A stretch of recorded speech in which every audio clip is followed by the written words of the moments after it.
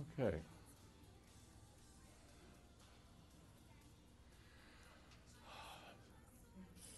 Gee, as the summer goes on, it just seems like there's fewer and fewer. But soon the summer's going to end. Okay. So, welcome to Ohav Shalom. Practically everybody here has been here before.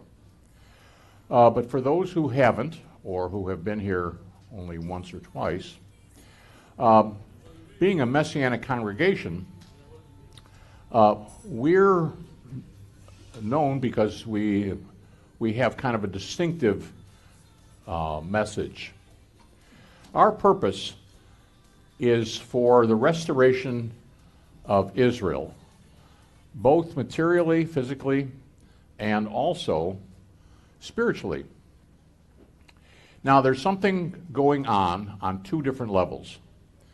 There is a material, physical Israel, and there is a spiritual Israel.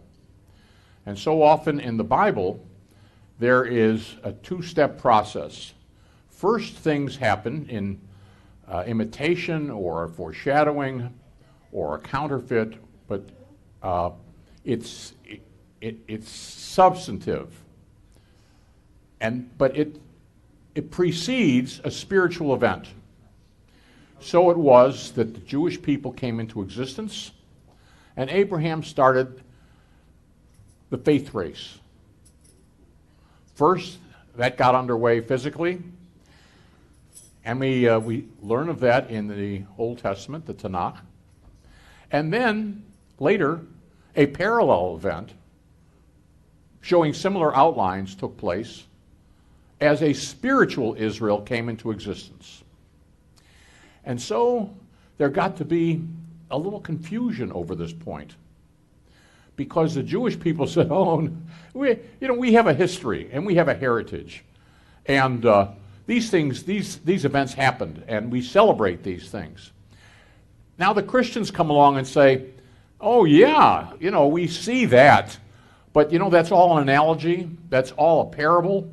That all has meaning out there as symbolism. These historical events were symbolic of spiritual events."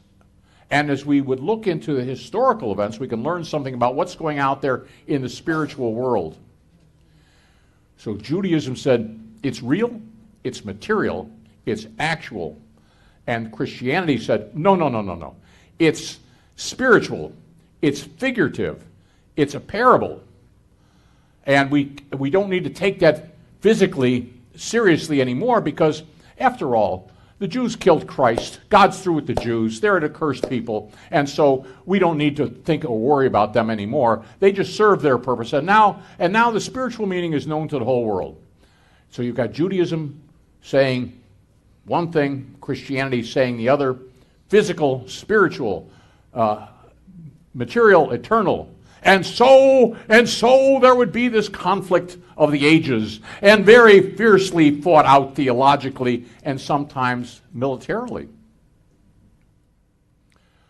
And so we had this, can you believe that there would be such a dispute for thousands of years? But something new happened. Something new happened. It happened within many of our lifetimes, whereby a trigger was pulled. We think the trigger was pulled in 1967 because blindness in part has happened to Israel, it says in Romans 11, until the time of the Gentiles is become full. So the until is the important word, that the blindness on the Jewish people would happen only for a period of time. Jerusalem shall be trodden down of the Gentiles until the time of the Gentiles is fulfilled. Or fusing those two scriptures together, blindness in part has happened to the Jewish people until Jerusalem is no longer trodden down of the nations. So we think that was a trigger event whereby there would be kind of a new kind of light on the situation, whereby the Jewish people, who were not thought that it was possible for them to learn about spiritual things anymore, they're dead, they're gone, we don't have nothing to do with the Jewish people. They're despised by God. And at that time, something happened whereby there was the beginning of an awakening among Jewish people. And we call that Messianic Judaism.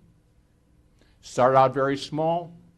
There were perhaps at the time maybe 200, 250 Jewish believers, all in churches, working for missionary societies. But it began to grow. And now there's something approaching 100,000 just in America alone. 20,000 in Israel. Almost 400 Messianic congregations in the United States. Almost 800 worldwide. Something new has happened. And we are a representation of that here. So among all the different remote outposts around this country, around the world, in some 22 countries now, there's something new, whereby the Old Testament and New Testament are finally understood as being one book. And the conflict between Jews and Christians is dissolving. And so we have in all of these Messianic congregations a new thing. Jews and Gentiles in agreement. Why? Because we all have in common a belief that Yeshua, Jesus, is the captain of our faith. And we're in agreement about that. And that opens the possibility for the first time in 2,000 years for Jews and Christians to be completely united. It's a great historical event, and we're part of it.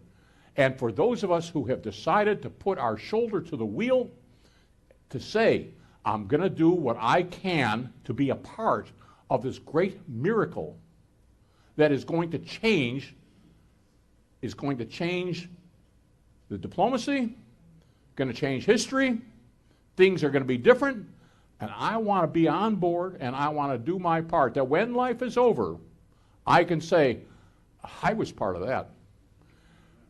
Glad you could all make it, and we want to call together for assembly, and that is done with the blowing of the shofar according to Numbers 10.